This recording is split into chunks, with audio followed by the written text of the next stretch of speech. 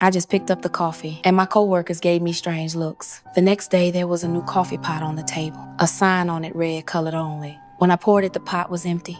Going to the bathroom was even harder because the whole building's restrooms were only for white people. I had to run all the way across campus to use the colored restroom and then rush straight back. Each trip wasted a full 40 minutes, which meant I had to work late into the night just to finish my tasks. When I finally brought the data to my supervisor, he didn't even look at it before tossing it in the trash. He said space data changes by the second. The next day, my coworker threw another stack of papers at me. All the critical numbers were blacked out. They said it was for security, but I didn't give up.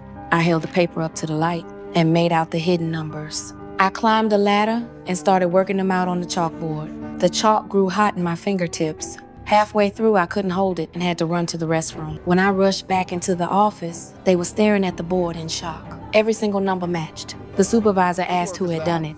I was called into the office. I thought I would finally be praised, but instead he questioned how I got the blacked out data, even suspected me of being a spy. I told him I had seen it with the light and then worked it out myself. He held the paper to the lamp. The numbers showed up clear as day. Then he finally understood what I could do and ordered that from then on my paper should never be redacted again. That day it poured outside. I ran through the rain to the colored restroom. By the time I returned to the office, I was drenched, but the supervisor still yelled at me. I said I had only gone to the restroom, which made him even angrier. He asked why it took 40 minutes just to use the toilet. I couldn't hold back any longer. There is no bathroom.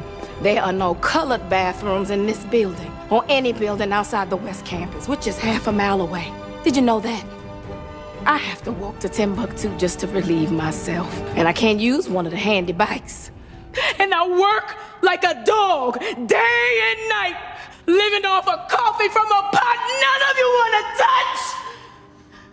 The next day, he stood at the restroom door, putting the colored workers on one side and the white workers on the other. He raised the crowbar and smashed down the sign. He said from now on, there would be no more segregation. The restrooms were for everyone. Here at NASA, we all pee the same color.